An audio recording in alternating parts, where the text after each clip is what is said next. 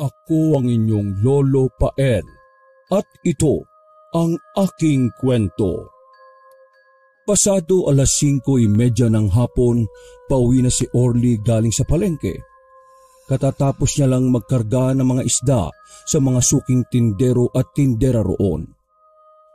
Si Orly na isang binatang moreno, matangkad at may magandang hubog ng katawan ay kilala sa kanilang palengke bilang kargador. Isa siya sa mga taga-karga ng mga pinamiling isda ng mga taga roon, tuwing madaling araw, umaga at hapon. 16 years old pa lang siya nang matutunan na ang ganitong trabaho. Ulilang lubos na kasi siya at mag-isang nabubuhay sa tulong ng ilang mapagkakatiwala ang kapitbahay. Ngayong 20 years old na, ay nangangarap din siyang makaalis sa barangay Tibay, subalit sa hirap ng buhay ay nagtitiis siya sa pagiging kargador. Habang nagbibisikleta pa uwi sa kanilang bahay, ay meron siyang nadaan ng mga tao malapit sa bukana ng barangay Tibay. Nang makita niya na naroon si Aling Bistay, ang numero 1 tsismosa sa kanilang barangay, ay nasiguro na kagad ng binata na meron na namang pangyayari. Automatic na kasi kapag nakikita ang ginang sa isang lugar, tsak na merong pangyayari. Naging isa na nga sa mga bansag kay Aling Bistay ay ang reporter ng barangay na sa halip na mainsulto ay ikinatutuwa pa ng ginang.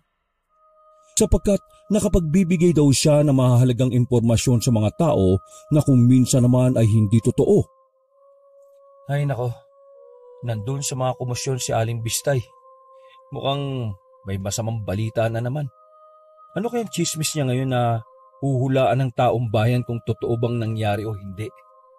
Nasabi yun ng binata dahil makailang beses ding mali-bali ang naging chismis ng ginang.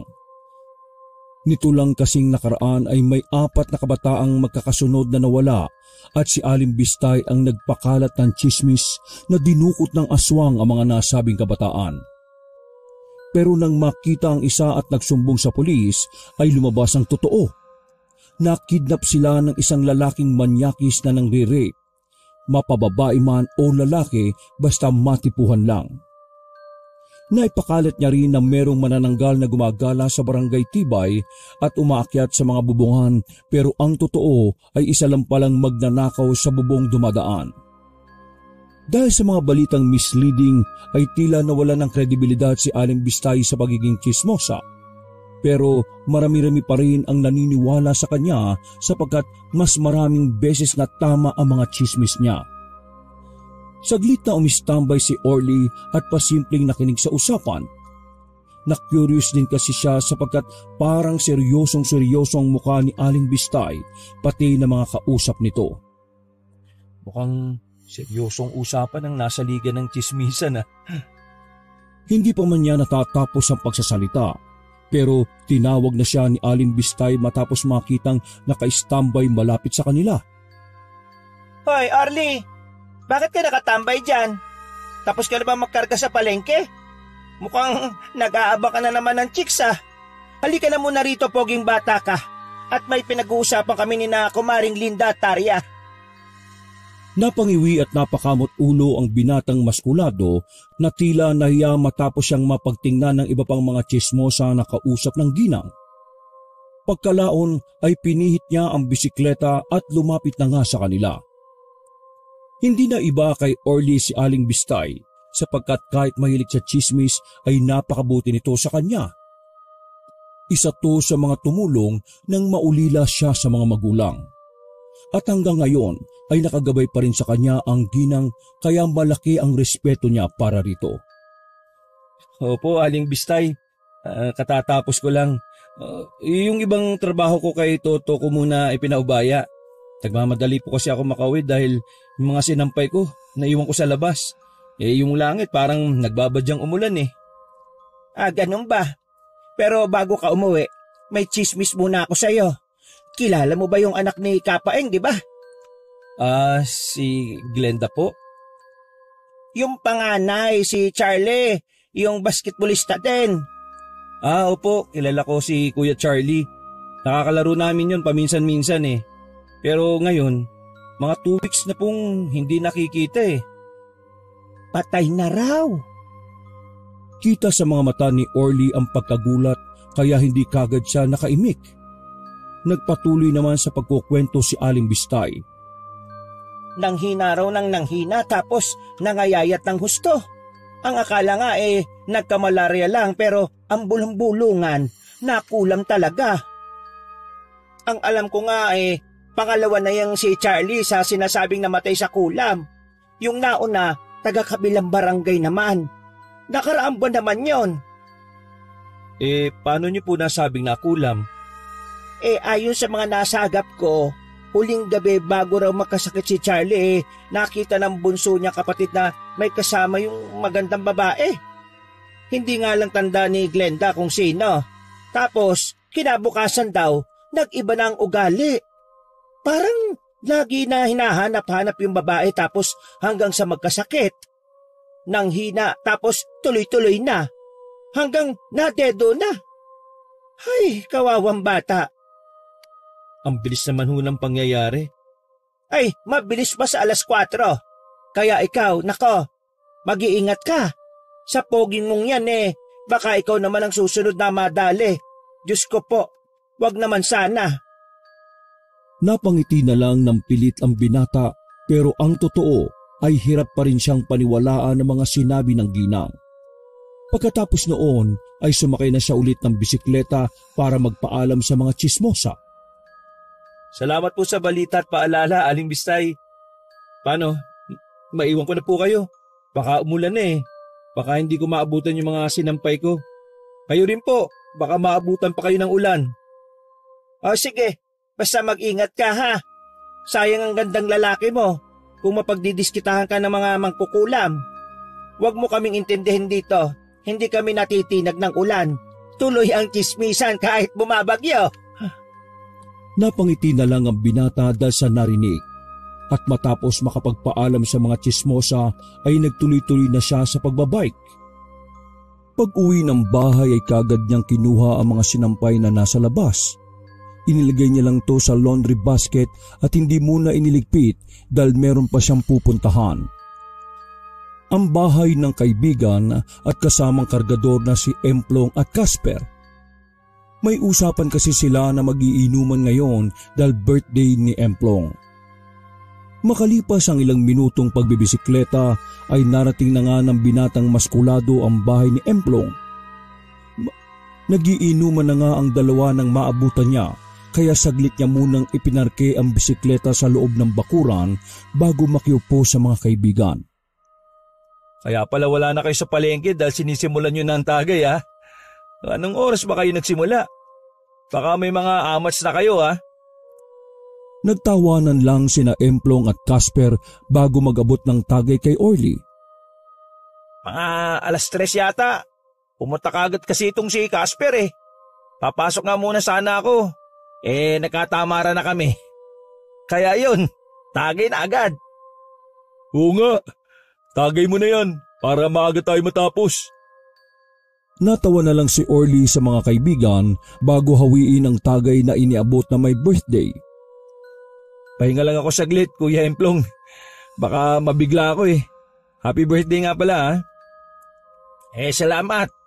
Kumain ka na rin muna. Pansit lang ang handa ko dyan Tapos pulutan na itong adobong paa ng manok. Pa-birthday sa akin ni madam natin yan. Tagbigay ng 3 kilo. Yun. Sige, kakain muna ako. Mahirap nang uminom ng walang laman ng tiyan Tinagay muna ni Emplong ang alak na inabot niya sa kaibigan. Pagkatapos ay saka siya nagsalita. Sa'yo na to, Casper. Lunuri mo sarili mo ngayon sa alak. Ang aga mo ba naman akong pinuntahan dito Siguro, nag-away na naman kayo ng bakla mo, no? Ulul, gago. Kahit mamatay ako ngayon, hindi ako kakapit sa patalim, no? Nagtawanan silang tatlo pagkatapos ng asarang yon. Ilang saglit pa, matapos tagayin ni Casper ang alak, ay tumayo muna ang may birthday at pumasok sa loob ng bahay para kumuha ng kanin at hiwalay na adobong manok. Ibinigay niya yon kay Orly paglabas ng bahay. Pare, kumain ka na muna para makasabay ka na sa amin mamaya. Salamat Kuya Emplong Habang kumakain ay nakinig lang muna si Orly sa mga kantsawan at asaran ni na Emplong at Casper. Binilisan na lang niya ang paglamon sapagkat gusto niya na rin mag-inom ng alak. Hindi na niya kasi masyadong masabayan ang kakulitan ng mga kaibigan dahil sa tama ng alak. Maya-maya pa, nang mabusog na ay nakijoin na nga siya sa ikot ng tagay. Kaagad siyang inabutan ng tagay ni Emplong na hindi na niya tinanggihan. Nang matapos niyang lumagok ng alak ay saka siya muling nagsalita. Naalala niya kasi bigla ang sinabi kanina ni Aling Bistay. Mga pre, nabalitaan niyo na ba? Ang alin? Oo nga, ang alin pare? Ang dami kayong balita. Patay na yung kuya ni Glenda, si Charlie. Yung nakakalaro natin ng basketball. Halata sa ekspresyon ng mukha ni na Emplong at Casper matapos yung marinig, katulad ng reaksyon ni Orly kanina ay hindi rin sila makapaniwala. Lang yan. Totoo nga? Patay na? Oo, sa sakit daw. Kaya pala, ang tagal ko na siyang hindi nakikita sa plaza eh. Teka, may sakit siya? Ang hirap naman paniwalaan yun. Mas malakas pa yun sa kalabaw ah. Yun nga rin ang sabi ko eh. Sabi ni Aling Bistay, posibleng nakulam daw. Langya. Yan na naman si Aling Bistay sa mga chismis niyang baliko eh. Nung nakaraan, aswang, tapos manananggal. Ngayon naman, nakulam na. Mahilig siguro sa horror movies yang si Aling Bistay. Nung huling gabi raw bago magkasakit si Charlie, ang sabi raw ni Glenda nakita niyang may kasamang babae yung kuya niya. Hindi lang nakilala yung babae, pero maganda raw. Yun ang tinuturo nilang gumawa ng kulam. Delikado talaga yung mga magagandang babae na yan. Pero sayang si Charlie, no? Halos kasing edad lang yun ni Casper eh. Dapat ikaw na lang eh. May say-say pa ang buhay nun kaysa sa'yo. Uy, gago ka talaga. Kumatok ka nga ng 3 beses, baka mamaya marinig ka ng demonyo, magkatotoo yan. Ikaw nga lang ang demonyo rito eh. Dala ng pagtawa ay kamuntikan pang mailuwan ni Orly ang alak na iniinom. Napangiwi naman si Casper habang nakatingin sa mapang-asa na si Emplong. Gumaganon ka pa talaga. Speaking of magandang babae ha, nakita niyo yung bagong tenant ni Madam dun sa palengke? Yung tindahan ng mga bigas saka itlog? 1 week na yun dun eh, at close na kami. Nakuha ko na yung pangalan niya, si Elvira. Liligawan ko yung promise, tapos kapag sinagot ako, eto ka sa akin Emplong eto ka. Pagka-dirty finger ni Casper ay nagkatinginan bigla sina Orly at Emplong bago humagalpak ng tawa. Mas lalo lang tuloy na panguso si Casper na dinaan na lang sa paglagok ng alak. Okay lang yan mga hanap ka ng mataas, Casper. Para kapag nahulog ka, bagok talaga ulo mo sa lupa. Nako, malilimutan mo rin yung ilusyon mo na yan. Lul, inggit ka lang kasi di ka na pwede dahil takot ka sa asawa mo. Putulin talaga yung ano mo kapag nang babae ka. At saka huwag ka na maglakas ng loob ng babae, kuys. Tama nang si Ate Gina na lang yung nagayuma mo. Natawa na lang si Orly sa asaran ng dalawa. Pero medyo na-curious din siya talaga sa sinabi ni Casper dahil minsan na nga niyang nakita ang magandang tindera na pinag-uusapan nila. Nung isang araw nakita ko na nga yung tinutukoy ni Casper na magandang babae. Elvira pala yung pangalan niya. Wala, huli ka na tol, kasi binabakuran na yun ni Toto.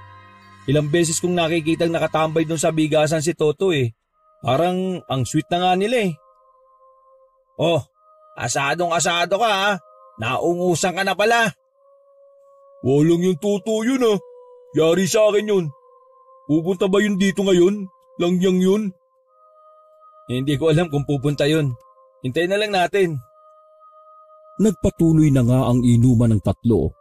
At nagkalasingan na lang sila ay hindi pa rin dumating si Toto na plano pa naman sanang cornerin ni Casper.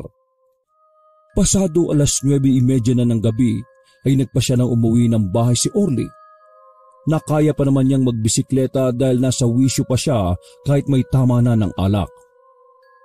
Nang mapadaan siya ng bahay ni Charlie ay nakita niyang nakaredy na ang bakuran nito sa lamay pero wala pang bangkay.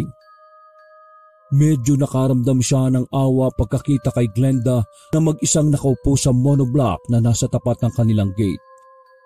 Halata sa itsura ng dalaga ang lungkot dahil sa pagkawala ng kanyang kapatid. Lalapitan niya sana yon kaya lang ay nahiya na lang din siya dahil sa wasted na siya at amoy alak. Bukas na lang ako makikilamay kasama ng ibang tropa. Nagtuloy-tuloy na siya sa pagbibisikleta hanggang sa marating ang kanyang bahay at natulog na ito ng matiwasay. Kinabukasan, tanghali nang bumangon sa higaan si Orly. Nagpaalam naman siya sa amo na hapon na siya papasok dahil nga sa birthday ni Emplong. Ang una niyang ginawa pagkatapos magkape ay naglikpit ng mga sinalansan niyang sinampay kagabi. Pagkatapos ay saka siya naligo para magising ang lupaypay niyang katawan dahil sa tama ng alak. Bago magtanghalian ay dumating si Aling Bistay na may dalang ulam kaya pinapasok niya kaagad ito. Thank you, Aling Bistay. Mabuti po at nagdala kayo ng ulam. Hindi na ako bibili ng lutong ulam sa kumarin yung si Aling Tarya. Ay nako, sinabihan na kitang huwag kang bibili ng lutong ulam doon kay Tarya. Ang baboy magluto nun eh. Kahit kumari ko siya ha, di ko susuportahan ang kababuyan niya sa pagluluto. Sabi ko nga sa kanya magsara na lang siya eh. Pangat na yung mga tinda niya. Hindi niya karirang karinderya. Pangchismisan lang talaga siya eh. Katulad ko, itong luto sa bahay, luto ng Tay Milo mo yan. Masarap pa, sinabawan, pampawala ng hangover. Balita ko kasi nag-inuman daw kayo kagabi. Napangwi na lang si Orly sa mga sinabi ng ginang, sa kanya isinalin sa malinis na mangkok ang ulam. Maraming salamat po ulit ha. Ang tindi niyo po talaga. Alam niyo pati yung handaan at inuman ha. Abay siyempre, kaya nga ako tinawag na reporter ng barangay eh. Siya nga pala, ang main reason kaya ako nagpunta rito kasi may tanong ako tungkol kay Charlie. Ano po yun? O sige po, umupo po muna tayo. Pagkaupo ng ginang at pagkabigay sa kanya ng mangkok ni Orly ay saka yun muling nagboka. Eto na dinig-dinig ko lang ha, hindi rin ako sigurado. Pero dahil kilala mo naman yang si Charlie at nakakalaro mo sa basketball, sa'yo na ako magtatanong. Nakakaba naman po yan, Aling Bistay. Ano po ba yung tungkol dun sa tanong ninyo? Kasi may mga nakarating sa akin na chismis tungkol kay Charlie. Bakla raw yun, pumapatol sa kapwa lalaki. Oh, nagulat ka rin ano? Ibig sabihin hindi mo rin alam. Saan nyo naman po nasagap yung ganyang chismis? Dyan lang sa mga puno-puno at sa mga kaibigan kong ibon. Pero eto na nga anak, nakumpirma nga na ganon. Kaya posibleng ang naging sakit ni Charlie na ikinamatay niya ay dahil sa pakikipagtalik sa kapwa niya lalaki. Di ba ganon daw kasi yon? Ang kaso, ang naguguluhan ako kasi sinabi ni Glenda na may nakita siyang kasamang babae ang kuya niya. Sino kaya yon? Posibleng kulang pa rin talaga kasi ganon daw ang nangyari doon sa namatay sa kabilang barangay eh. As in, ganon na ganon talaga nak. Mga 2 weeks namatay yung lalaki. Kaya ikaw ha, mag-iingat ka. At saka, wag kong malaman-laman na napatol ka rin sa kapwa mo lalaki. Abay sayang ang kagwapuhan mo nak. Sayang ang itsura mo. Aling Bistay naman talaga oh. Sige na, maiwan na kita. Dahil kailangan ko pang sumagap ng sariwang chismis. Kung nabitin ka sa ulam kumuha ka na lang doon at makisuyo ka kay Tay Milo mo ha. Sige po, salamat po ulit. Pag-alis ng ginang ay nananghalian na kagad si Orly pero naiisip niya pa rin ang mga sinabi ng ginang. Kaya napapailing na lang siya. Nang matapos ng kumain at maghugas ay natulog na lang ulit muna si Orly para makabawi-bawi ng lakas. Pagsapit ng 3:00 ng hapon ay gumayak na siya at tagbike papuntang palengke. Nakita niya kagad si Toto. Nakagagaling lang sa bigasan kaya napaangat kilay siya sa kaibigan habang napapangiti. Maya-maya pa nga ay dumating na rin sina Emplong at Casper na halata sa hilatya ng mukha na meron pa rin mga hangover. Ano Kuya Emplong? May hangover pa kayo no? Eto kasing si Casper kasi napakatindi uminom kagabi. Oh, ako pa talaga ha? Anong oras na ba kayo natapos ng inom? Mag-aalas 3 na yata na madaling araw. Ang daya mo iniwan mo na kami. Ito pang si Toto. Uy, Toto, ika nga rito. Napakadaya mo. Ba't di ka pumunta kagabi ha? Ngumiti lang si Toto saka nagtuloy-tuloy sa paglalakad palayo sa kanila. Kaya nagkatinginan sina Orly, Emplong at Casper. Hindi naman kasi ganun kung umasta si Toto noon. Ang problema nun? Galing siya sa bigasan Mukhang nagkakamabutihan na sila ni Elvira. Nako, wala na. Naungusan ka na talaga, Casper. Pabagal-bagal ka kasi. Nako, lilipas din yan. Tara na nga, magtrabaho na nga tayo. Napakibit-balikat na lang si Orly habang pinagmamasdan si Toto na papalayo. Hindi niya alam kung bakit pero meron siyang nararamdamang kakaiba sa katrabaho. Naramdaman niya na ito noon sa isang tao pero hindi niya lang din matandaan kung kanino. Hindi niya na lang pinansin ang vibes na yon dahil nagsimula na sila sa pagkakarga ng mga isda sa mga nagtitinda ng isda. Naging abala ang lahat dahil dumadagsa na rin ang mga tao. Maya-maya pa nang matapos na sila ay nagkumpulan ulit ang mga kargador sa kanilang tambayan na malapit sa bigasan. Habang nagkakape ay napansin na naman ni Orly na wala si Toto kaya iginala niya ang tingin hanggang sa makita itong lumabas galing sa bigasan. Pinalubong niya ng ngiti ang kaibigan nang nginitian naman siya at tinanguan pero halata ang pangangalumata nito. Bigla na naman niyang na-vibes ang nararamdaman kanina.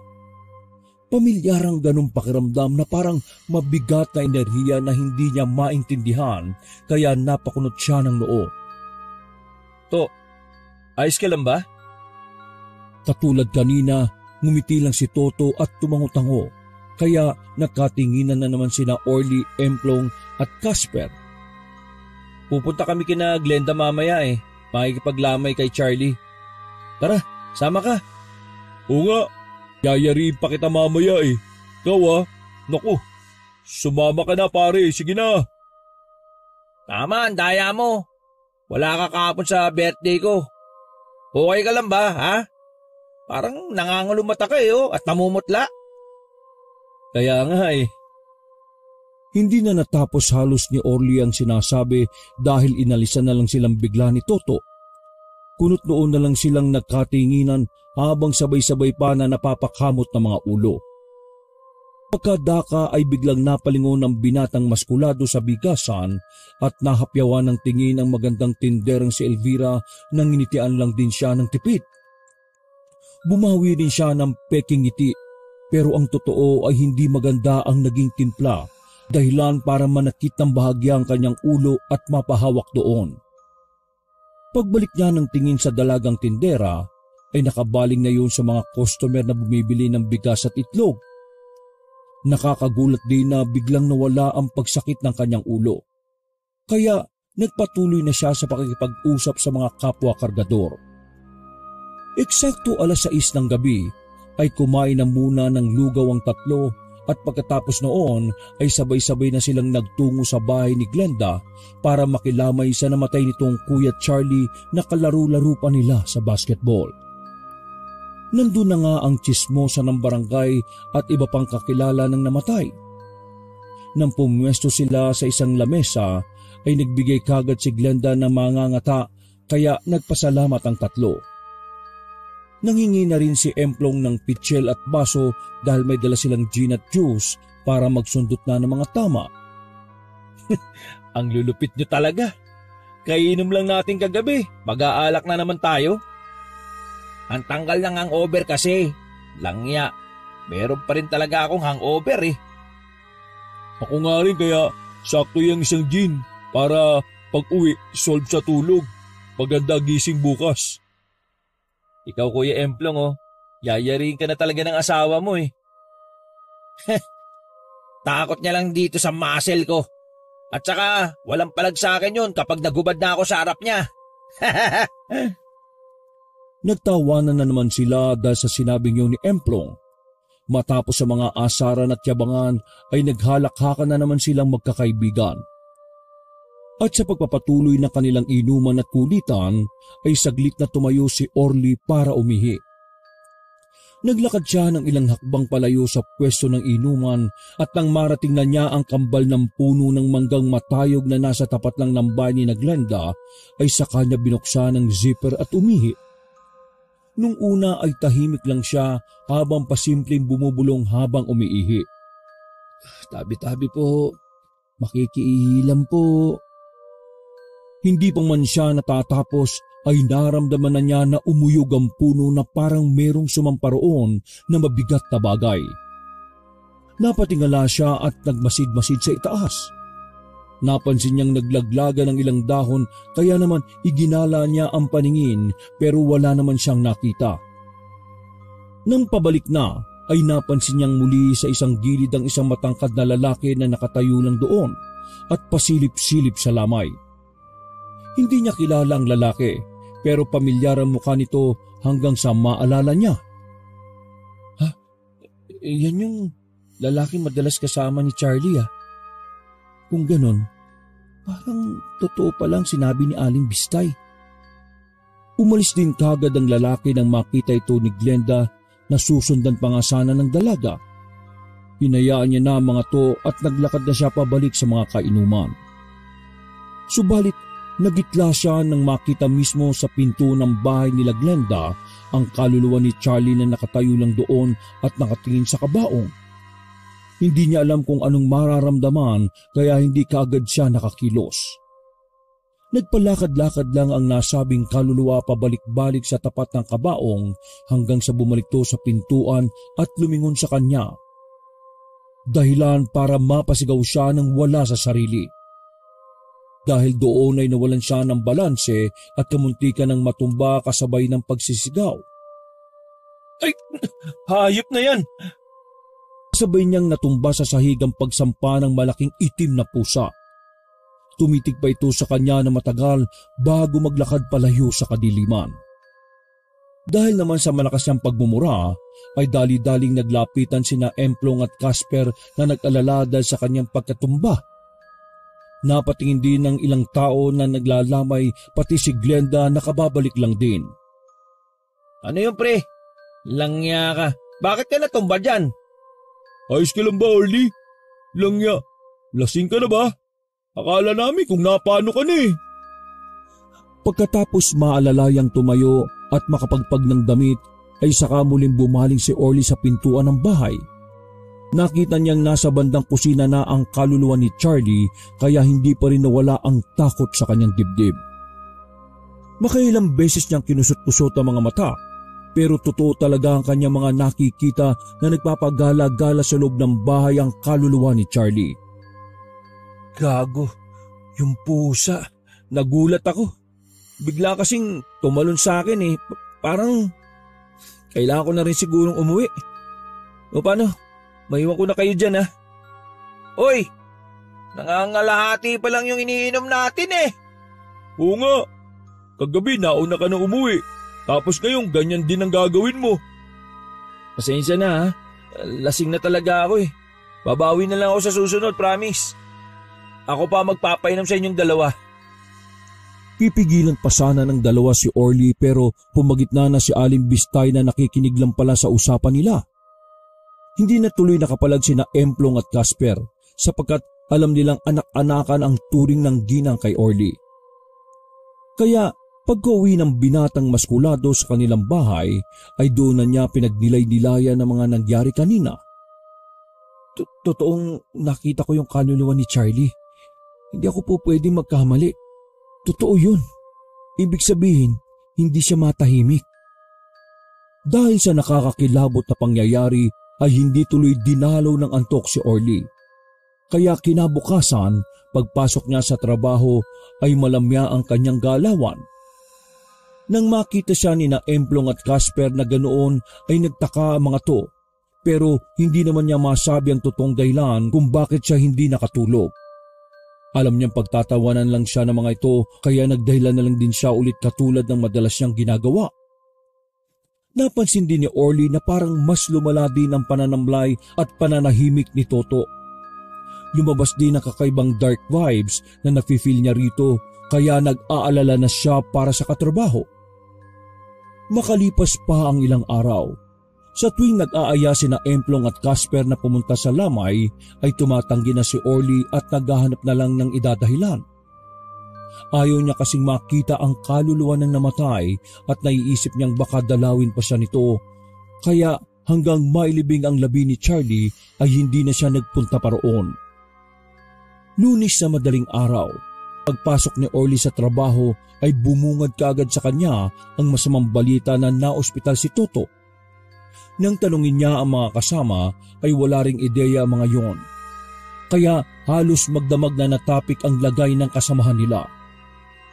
Marami na rin pala kasi ang nakapansin sa pamumutla ng balat nito, pangangalumata at pananahimik. May ilan pang ang chismis na ganito rin daw ang nangyari kay Charlie bago namatay. Pagsapit ng 6:00 ng gabi, papasok na ng bahay si Orly, ay muli na naman siyang sinalubong ni Aling Bistay na may hatid na balita. Anak, Orly, confirm nga, balik ko ang namayapang si Charlie. Si Glenda na mismo ang nagsabi. Nakita ko nga po yung lalaki nung nakipaglamay ako. Kaso, umalis din kaagad eh. Ala, sayang. Dapat itinuro mo sa akin, anak. Hindi ko naman po kasi alam nung time na yun. Na-realize ko lang nung sinabi niyo sa akin eh. Siya nga pala. Bakit di ka nagpunta roon sa lamay, ha? Biglang nag-iba ang timpla ng mukha ng binata pagkarinig sa sinabing yun ng ginang. Nang mahalata siya ni Aling Bistay na biglang sumeryoso, ay lalo itong na-curious at mas naging mausisa. Kilala kita, Orly. May hindi ka sinasabi sa akin. May problema ba, anak? Huwag po sanang makakalabas tong sasabihin ko.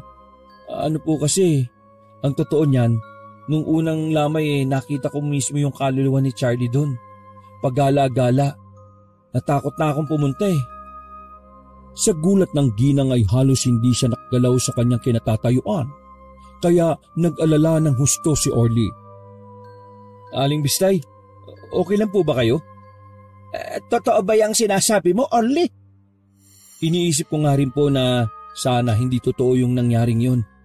Pero kahit anong pilit kong pagbura sa isip ko, Aling Bistay, ilang beses ko nang pinaniwala ang sarili ko pero totoo po talaga eh. Nako, ba't ngayon mo lang sinabi to? Ikaw talagang bata ka. Baka mamaya malipat sa'yo ang kung anumang sumpa na sakit o kung anumang meron kay Charlie kung bakit siya namatay. Aling Bistay, ayos lang naman po ako, don't worry. Promise. Sasabihin ko sa inyo kapag nagkaroon ng kung anuman. Basta, ipangako nyo lang din po na wala mo nang makakaalam nitong nangyari ha. Sige, pangako. Pero kailangan kong sabihin to kay Tay Milo mo para makaingisan ng pangontra sa kakilala niyang albularyo. Mas mainam na rin na sigurado tayo. At ikaw talaga, kinikilibutan tuloy ako sa mga naikwento mo sa akin eh. Nagpeke ng ngiti ang binatang maskulado para ipakita sa ginang na ayos lang ang lahat kahit ang totoo ay sa kanya lang din napagtanto na baka nga may ibang ibig sabihin kung bakit nagpakita sa kanya ang kaluluwa ni Charlie. Nang matapos na silang mag-usap ay nagpaalam na siya kay Aling Bistay dahil may inuman pa sila ni na Emplong at Casper. Nagbike kagad siya papunta sa bahay ng kaibigan kung saan ay naabutan na niya ang dalawa na nagsisimula na ulit tumagay. Tumigil saglit ang mga kasamahan niya at tumingin sa kanya habang inaayos ang bisikleta sa isang gilid. Nang makaupo na siya ay nagtuloy-tuloy na ang inuman hanggang sa sumapit ang 9:30 ng gabi. Nalasing na naman sina Emplong at Casper kaya mas tumindi ang asaran at pag-uudyukan ng dalawa. Natatawa na lang siyang pinagmamasdan ang dalawa dahil hindi pa naman siya lasing katulad ng mga kaibigan niya na hapon pa lang ay nainom na ng alak. Oh, Ayaw niyo maliwala. Tara, tumayo kayo dyan. Samahan niyo ako ngayon pumunta sa bahay ni Elvira. Alam ko kung saan yun mismo nakatira. Malapit lang sa palengke. Ipapakita ko sa inyo kung gaano ako kalakas. Dumali ka na naman. Paglasing ka lang malambing eh.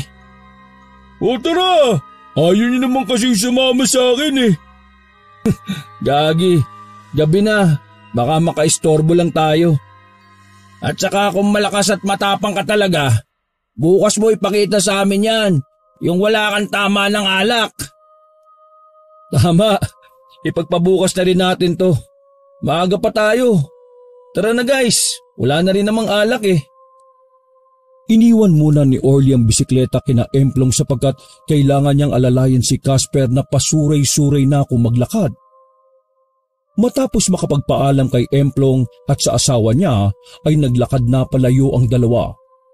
Nang nasa iskinitang crossing na sila ay huminto ang dalawa at kaagad dinarap ni Orly ang lasing na kaibigan. Pare, grabe ka talaga mag-inom no? Sa susunod magtira ka naman ng pambukas ha?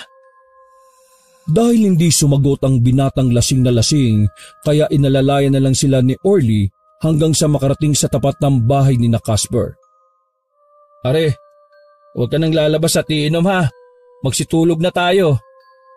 O sige pare, salamat ha.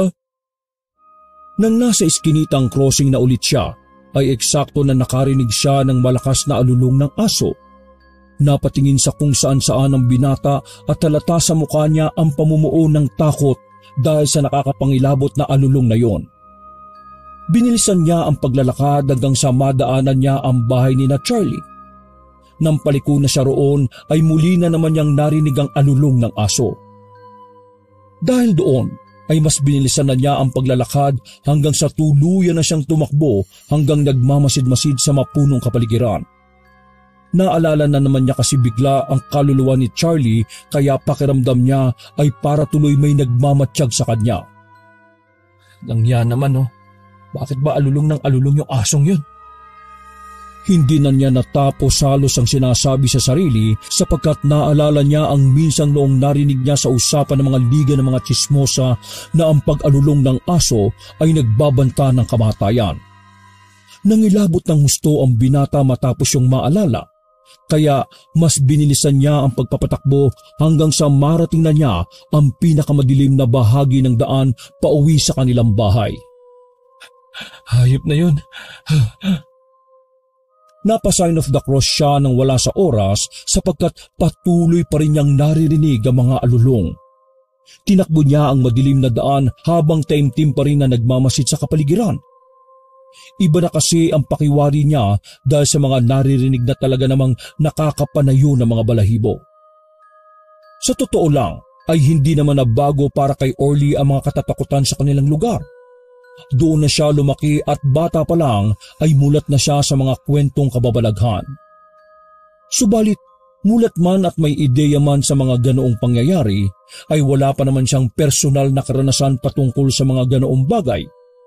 Ito lang din ang unang pagkakataon sa buong buhay niya na makaramdam ng ganitong takot na tila nanunuot sagad sa kaibuturan ng kanyang buto. Kung alam ko lang, hindi ko na sana iniwan yung bisikleta ko para mas mabilis ako makauwi sa bahay. Napakamot ulo naman siya habang nagpapatuloy sa pagtakbo pauwi ng bahay.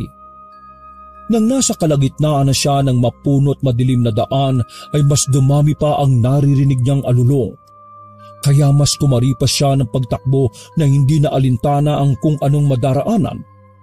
Hindi na rin siya lumingon-lingon sa kung saan-saan sa takot na may kung ano pa siyang makita. Katulad na lang ng kaluluwa ni Charlie.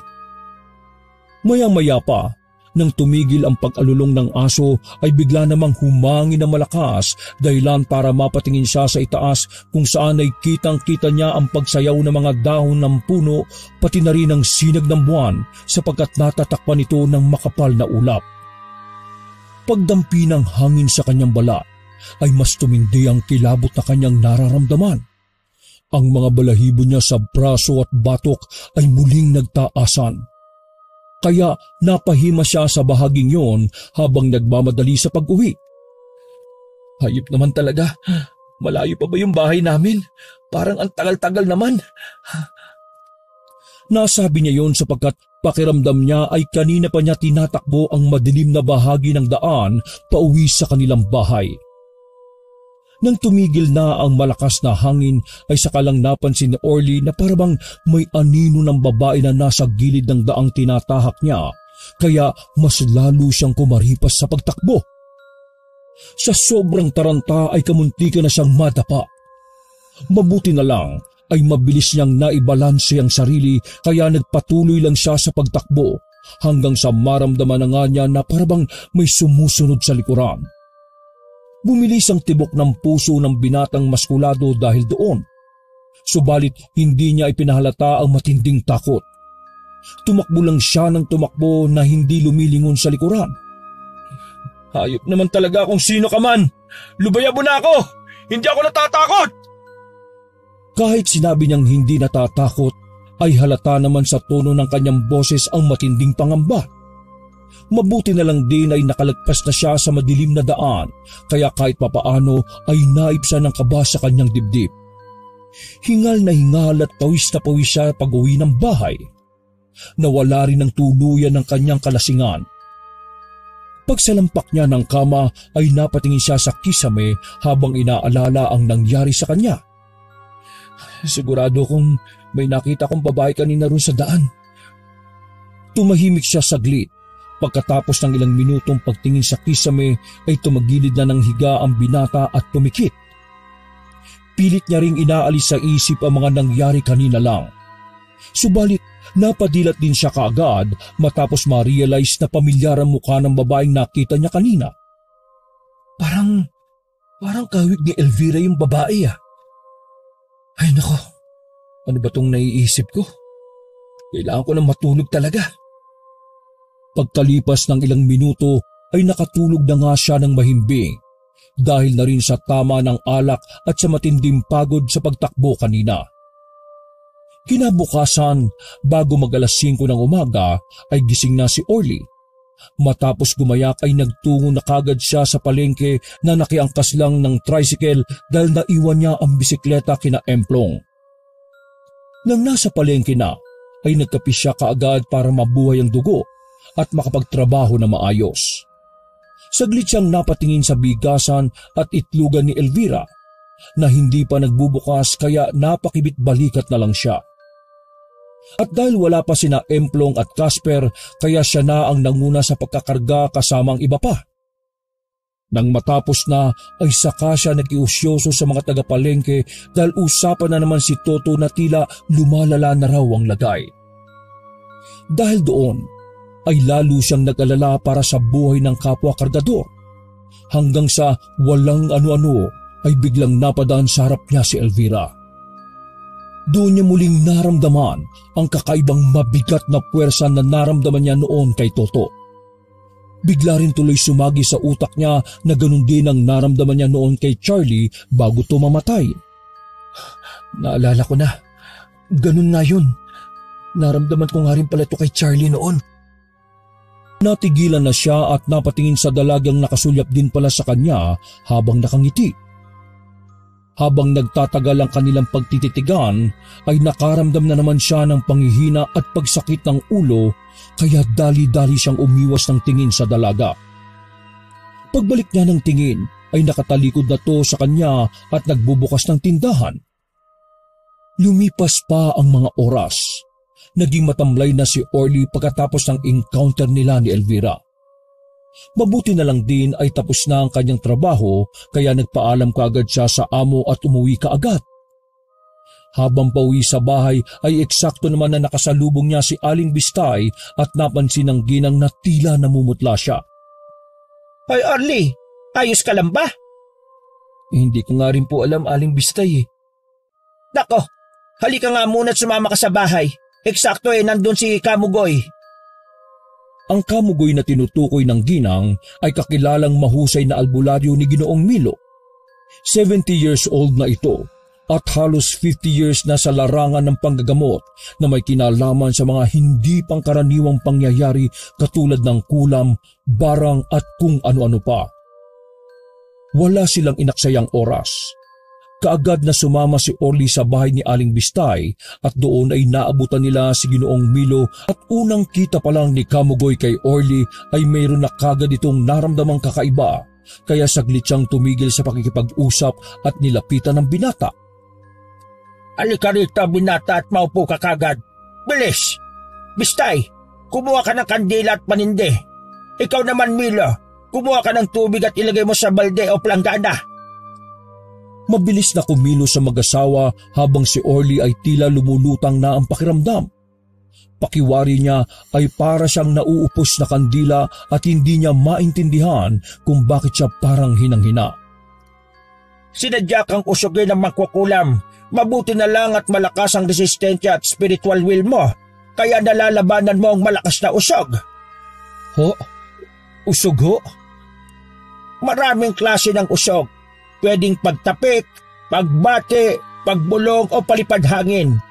Ang mga mangkukulam, mas malakas sila kung makausog na maaring ikamatay ng isang tao.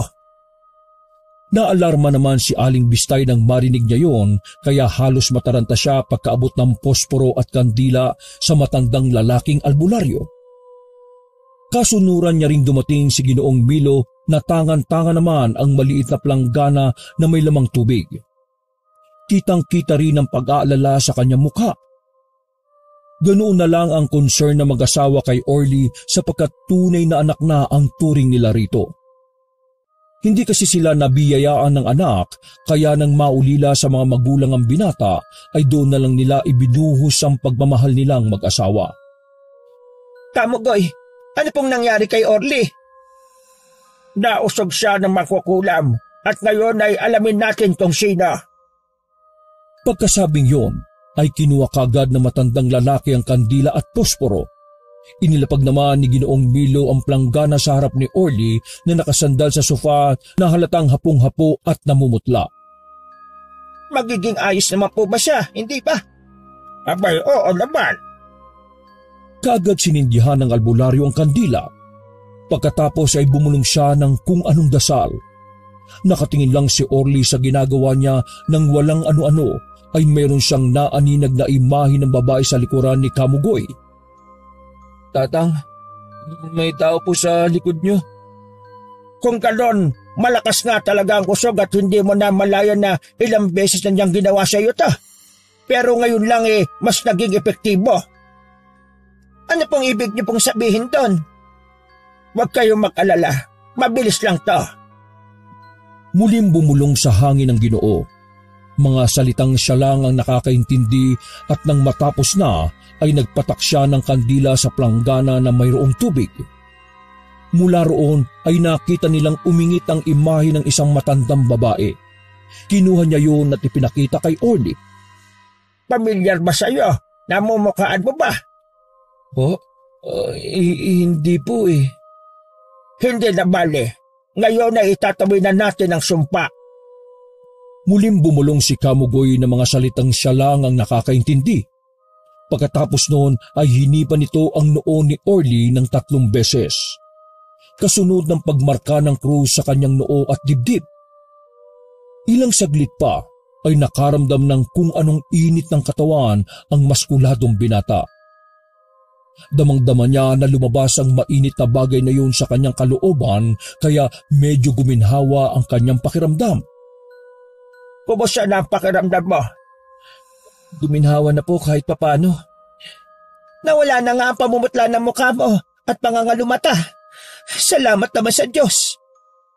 Ang gawin mo ngayon, basta bago matulog, kahit anong oras, tunawin mo ang kandila na to na nabuo sa imahe ng taong gumawa nito sa'yo. Sa ganoong paraan, babalik sa kanya ang sumpang iginawad niya sa'yo. Sige po. Salamat po, Kamugoy. Kamugoy, makikilala niyo ba ang gumawa nito kay Orly? Sa ngayon, hindi pa.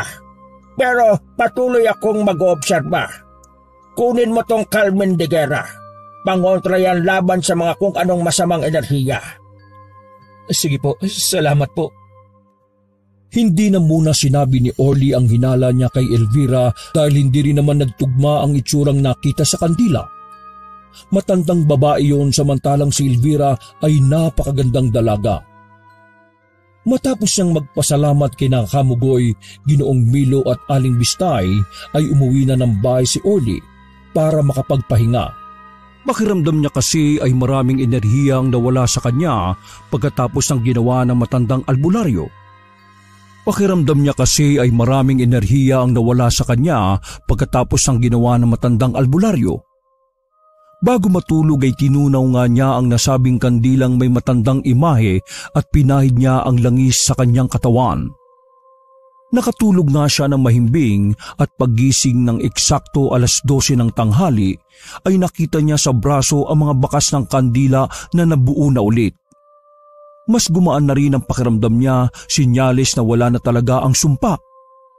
Maya-maya ay narinig na niyang kumakatok si Aling Bistay kaya pinagbuksan niya ito kaagad ng pinto. Kumusta na ang pakiramdam mo? Ayos na po. Salamat po sa inyo, Aling Bistay. Sobrang gaan na ang pakiramdam ko ngayon. Para na po akong bagong tao. Ay, mabuti naman kung ganon. Ay, siya nga pala. Nagluto ng sabaw si Tay Milo mo. Ubusin mo to ha. Sinampalukang manok yan. Para raw mainitan niyang sikmura mo. Salamat po talaga. Eksakto at gutom na ako. Pag-alis ng ginang ay kaagad nilantakan ni Orly ang pagkain at pagkatapos noon ay nagpahinga na siya ulit. Pagsapit ng 3:00 ng hapon ay nagtungo na siya sa palengke para magtrabaho. Naabutan niya si Emplong gamit ang bisikletang iniwan niya kagabi. Kuya Emplong, salamat at dinala mo tong bike. Oo, para hindi ka na dumiretso sa bahay. Maganda rin palang magbike no? Makabili nga rin yan sa sahod ko. Ay teka, wala si Casper. Nagkarga ba yung kaninang umaga? Hindi nga rin eh. Dalawa kayong wala eh. Baka may hangover pa rin. O siya, umataw na muna tayo ngayon dahil wala si Casper. Nagpatuloy na nga sa pagtatrabaho ang mga kargador at maya-maya pa, nagpapahinga na sila ay nagtungo muna ang dalawa sa kapihan. Napasipat naman si Orly sa bigasan sapagkat nakita niyang sarado to. Sarado yata ang bigasan ni Elvira ngayon ha, Kuya Emplong. Oo nga no. Ngayon ko lang din napansin eh. Napalingon silang dalawa sa isang tindero ng karne na nagkakapirin kasama nila. Ayon dito ay kanina pa raw mga bandang 10:00 nagsara ng tindahan sapagkat sumama ang pakiramdam ni Elvira. Biglang napaisip si Orly sapagkat ganong oras siya nagamot ni Kamugoy. Tandang-tanda pa niya ang sinabi ng matandang albularyo na babalik sa nagbigay ng sumpa ang iginawad niya. Napatunong tuloy sa isipan ang maskuladong binata. Kung ganon, siya nga talaga nangulam sa akin. Pero bakit matandang lumalabas na imahe sa kandila? Oy, ayos ka lang ba dyan? Natutulala ka na naman eh. Bilisan mo nang ubusin ng kape ha kasi may nagpapakarga pa ng isda ron sa dulo. Sige kuya, susunod ako. Habang inuubos ang kape, ay napapatingin pa ulit si Orly sa nakasarang bigasan sapagkat maraming tumatakbo sa utak niya na pilit niyang ipinagtutugma-tugma. Ang mabigat na pakiramdam na pareho niyang naramdaman kina Charlie, Toto at Elvira pati ito ngayong pagkulam sa kanya kani-kanina lang. Pasado 5:30 ng hapon. Dahil wala nang ikakarga, nagpaalam na si Orly na maunang umuwi, ang kaso lang habang nag-aayos siya ng bike ay isang nakakagulat na naman na balita ang sumalubong sa kanya pati ng mga tao sa palengke. Kahapon pa raw namatay si Toto ayon sa isang kamag-anak na nagpunta roon para ipaalam sa lahat ang nangyari. Nagkatinginan sina Emplong at Orly na tila hindi pa rin makapaniwala dahil sa pagkamatay ng isa sa mga kasamahan nila. Walang yan. Sabi ko na nga ba eh, nakikinikinit ako na to kay Toto eh. May iniindang sakit talagang taong yon, hindi lang nagsasalita. Nakakalungkot Kuya Emplong. Langyang yan. Hindi pa rin ako makapaniwala na patay na si Toto. Mabuti pa pumunta na lang tayo mamayang gabi para makipaglamay. Si Casper, dadaanan ko mamaya para masabihan ko. Sige kuya. Sumang-ayon na lang si Orly kahit ang totoo ay natatakot na siyang magpunta sa lamay dahil sa naiisip niyang baka makita niya rin ang kaluluwa ni Toto. Maya-maya pa ay tila dismayadong umuwi ng bahay si Orly dahil sa masamang balita na yon. Iniisip-isip niya kasi kung paanong bigla na lang namatay si Toto ng ganun-ganun na lang. Parang nagsimulang manghina si Toto simula nang makasalumuhan niya si Elvira. Tanda ko pa na palagi siya nagpupunta sa bigasan eh. Tapos nag-iba na yung pagkilos niya. Parang may kakaiba na sa kanya. Sigurado ako doon na yun nagsimula eh. Lang yan. Ano ba tong naiisip ko na naman? Dahil hindi mapakali, ay naisipan niyang saglit na pumunta sa bahay ni Glenda. Meron lang kasi siyang gustong kumpirmahing isang bagay. Nang magkita na sila, ay hindi na siya nagpaligoy-ligoy pa ng tanong. Glenda, pasensya na rito sa itatanong ko ha. Hindi mo ba talaga nakilala yung babaeng kasama ng Kuya Charlie mo?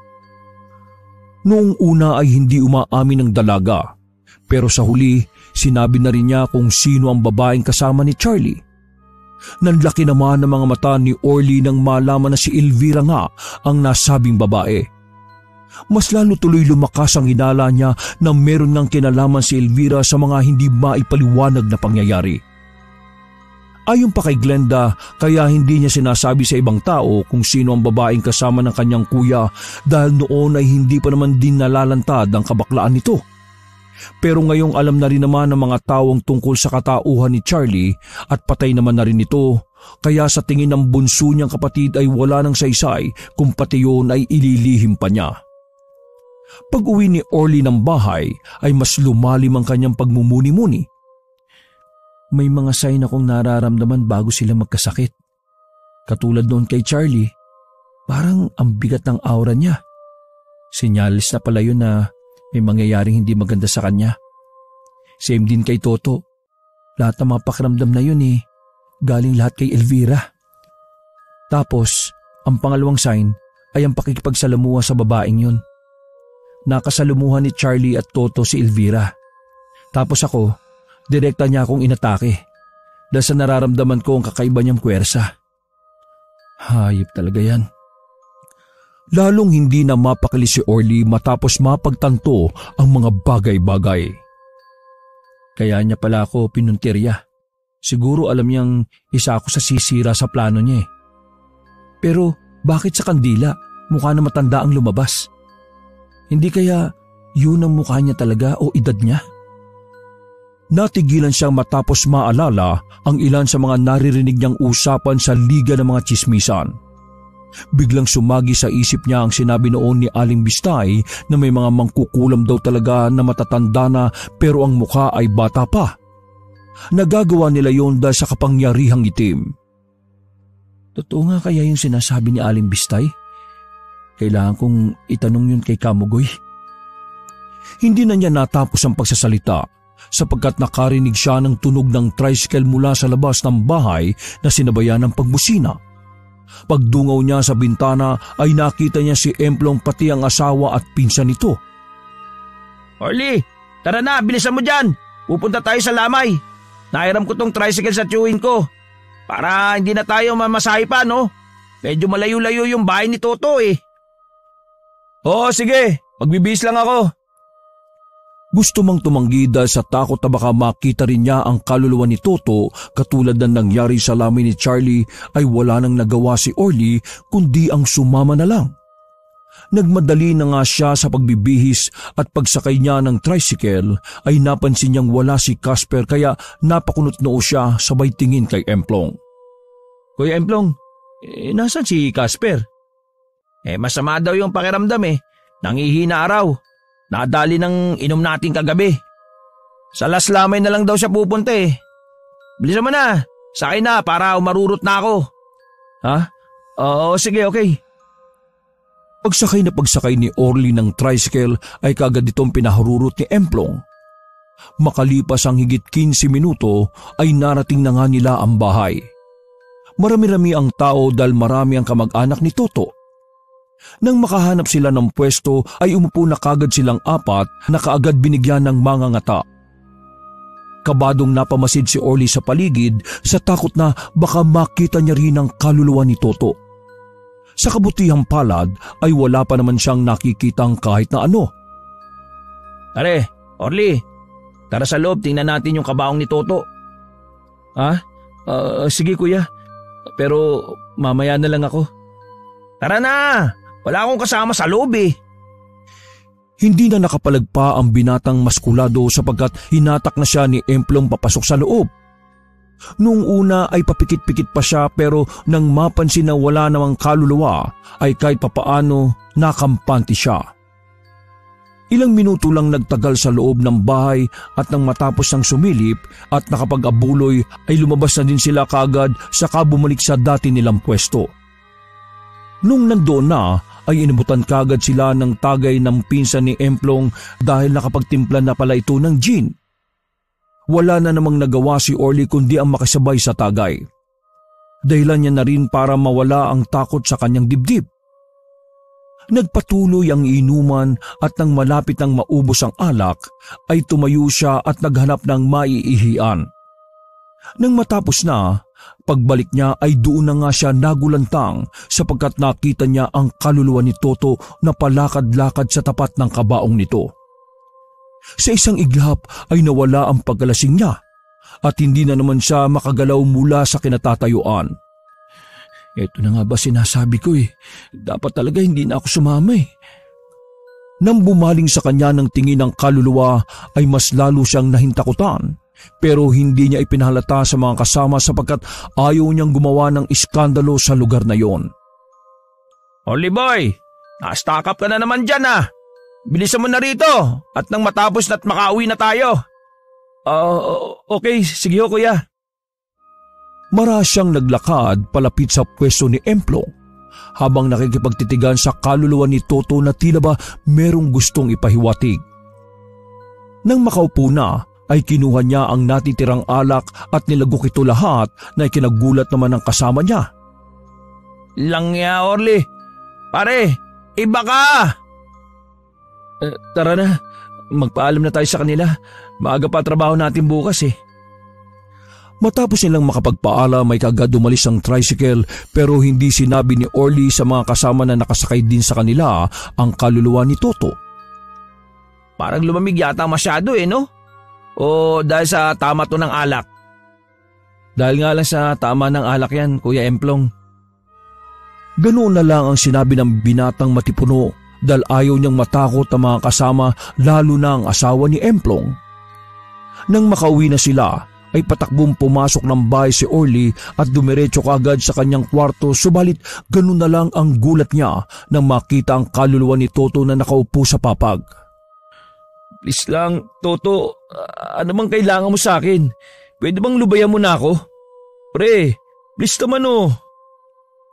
Natigilan siya at napatras matapos tumayo ang kaluluwa at dahan-dahang lumapit sa kanya. Naririnig niya ang may hinang pag-ungol ni Toto na parang merong gustong sabihin pero hindi niya maintindihan. Dala ng takot ay napaupo na lang siya hanggang sa tumapat sa kanya ang kaluluwa. Toto, kung ano man ang nagawa ko sa'yo, please, patawarin mo na ako. Napapikit na lang siya at itiniklop ang sarili hanggang sa maramdaman niya ang napakalamig na pagdampi ng kamay ni Toto sa magkabila niyang sentido. Pagdilat ng mga mata niya ay tila may kung anong iba't ibang memorya ang nagsiksikan sa kanyang isipan. Kitang-kita niya ang mga pangyayari. Ang una ay ang taga-kabilang barangay. Sunod ay si Charlie at pangatlo si Toto. Ang mga binatang to ay isa-isang kinonsumo ni Elvira. Ang mga positibo nilang enerhiya, pisikal na lakas at ang espiritu. Nakita rin ni Orly sa isip kung paano yung ginawa ng dalaga. Sa pamamagitan ng pagbibigay ng palipad-hangin, paghihipnotismo at pagbibigay ng sumpa ay naisakatuparan niya ang plano kaya namatay ang tatlo. Nasa isang silid si Elvira at may mga gamit tong mga aparato sa pangkukulam at nakita niya rin ang larawan ni Casper na siyang isa rin pala sa target. Nang mapatingin sa kanya ang dalaga ay nag-iwan to ng nakapangingilabot ng ngiti kaya bigla siyang napadilat. Pagtingin niya roon ay wala nang kaluluwa ni Toto kaya napasandal na lang siya sa likod ng pinto at hindi namalaya na napaluha na pala siya. Ganun pala nangyari. Si Casper, nanganganib ang buhay ni Casper. Nang ma-realize niya ang mga bagay na yon, ay napatayo siya at nagmamadaling lumabas ng bahay. Tumakbo siya papunta sa bahay ni Ginoong Milo at Aling Bistay. Sa kalagitnaan ng hating gabi ay kinatok niya ang mag-asawa. Aling Bistay! Tay Milo! Dali-daling nagbukas ng pinto ang mag-asawa at nang makita nilang tila aligaga ang binata ay nag-alala sila para rito. Ano nangyayari, Orly? Umiiyak ka ba, anak? Aling Bistay, Tay Milo, kilala ko na kung sinong nangkulam sa akin. Ito rin po yung nagkulam sa lalaking taga-kabilang barangay, kay Charlie at pati kay Toto. Ha? Sino, Orly? Yung baguang tindera nun sa palengke. Yung magandang babae. Elvira po ang pangalan. Pinakita sa akin ang kaluluwa ni Toto kanina lang. Nagkatinginan lang ang mag-asawa na tila nalilito sa mga nangyayari habang ang binata ay nagpatuloy lang sa pagsalakay. Ngayon po, kailangan ko ng tulong ni Kamugoy dahil isa sa mga kaibigan ko ang puntirya ngayon ni Elvira, si Casper. Nakita ko lahat. Pinakita ni Toto sa akin kung paano niya kinukulam ang mga kaibigan ko. Kaya po please, Aling Bistay, Tay Milo, kailangan ko po ng tulong nyo bago pa mapahamak si Casper. Ayoko na pong may mapahamak pa sa mga kaibigan ko. Ay naku po, sige, magbibihis lang kami. Diyos ko po.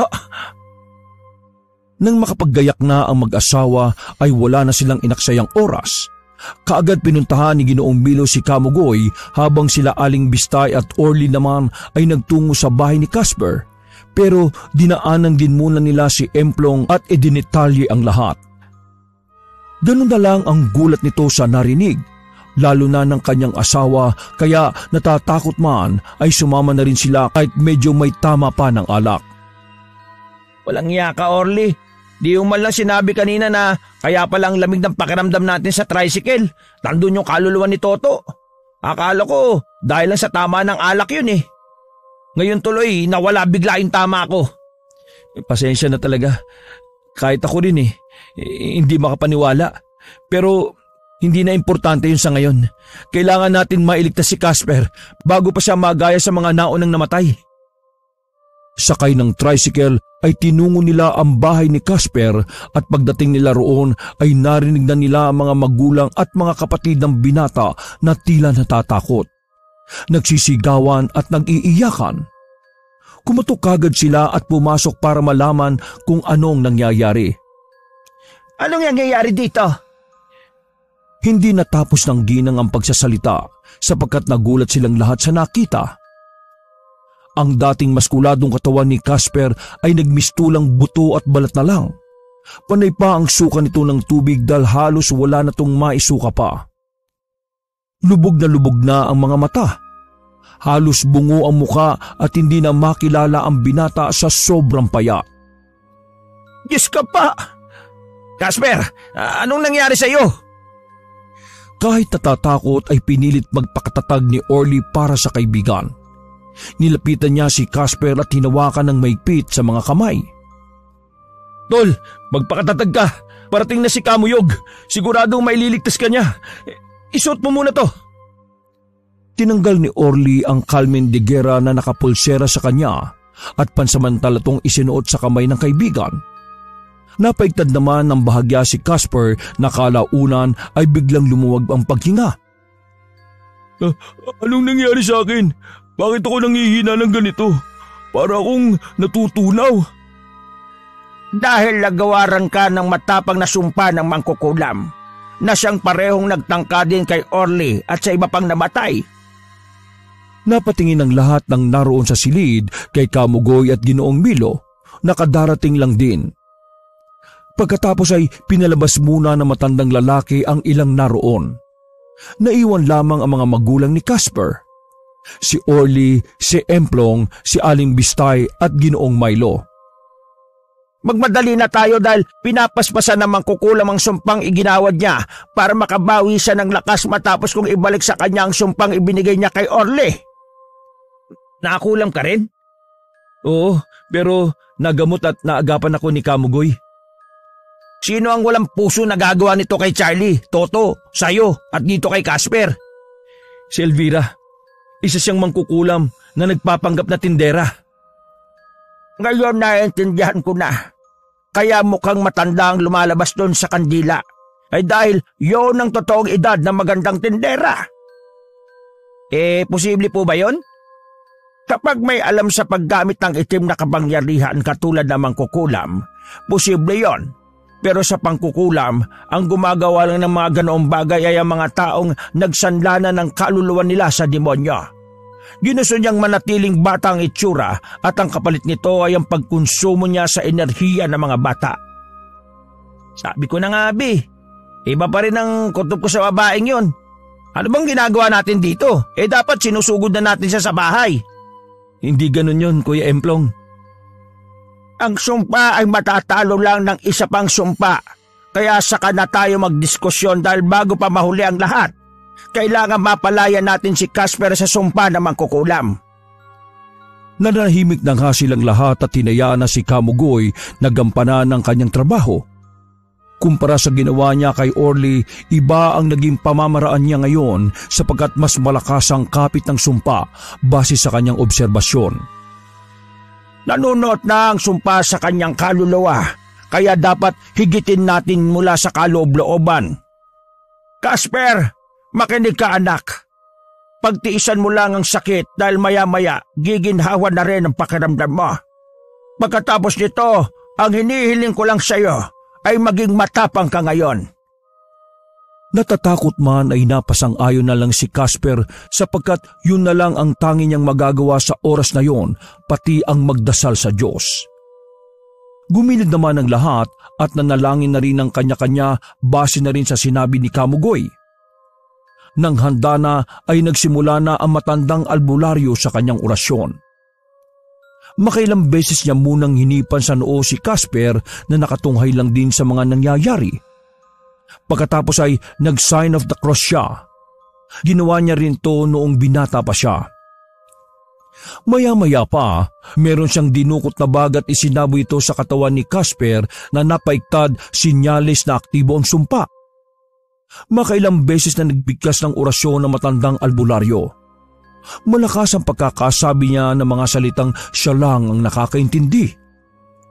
Hindi siya tumigil hanggang sa hindi nagre-react ang katawan ni Casper at makalipas lang ng ilang minuto sa 12 niyang pag-ulit ng orasyon ay nagsimula na ngang mamilipit sa sakit si Casper.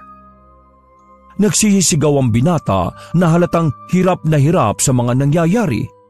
Gulat na gulat naman sina Orly at Emplong nang makitang ganon ng kanilang kaibigan.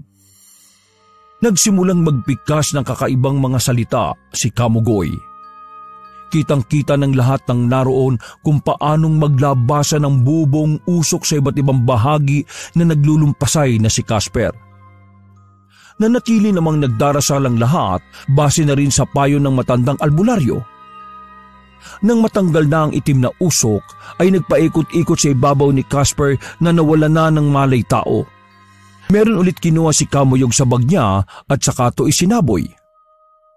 Muli, nagbigkas si Kamugoy ng mga salitang siya lang ang makakaintindi. Hanggang sa maya-maya, Elvira! Matitikman mo mismo ng 12 beses ang sumpang iginawad mo sa binatang ito! Isang malakas na ugong ang narinig nilang lahat bago tuluyang maglaho ang itim na usok. Ilang minutong pagkatapos noon ay nagising na ulit si Casper at namangha ang lahat sapagkat bumalik na ang dati nitong anyo na matipunong binata. Laking pasasalamat nilang lahat sapagkat nailigtas ni Casper laban sa banta na mangkukulam si Elvira. Kinabukasan ay nabalitaan na lang nilang wala na ang tinderang mangkukulam dahil nakatakas na ito. Pero nasisiguro ni Kamugoy na hindi na manggugulo pa si Elvira sapagkat matindi ang counterattack na ginawa niya. Sa biyaya ng Diyos ay naging maayos ang buhay ni Orly at kalaunan ay napangasawa niya si Glenda. Wakas!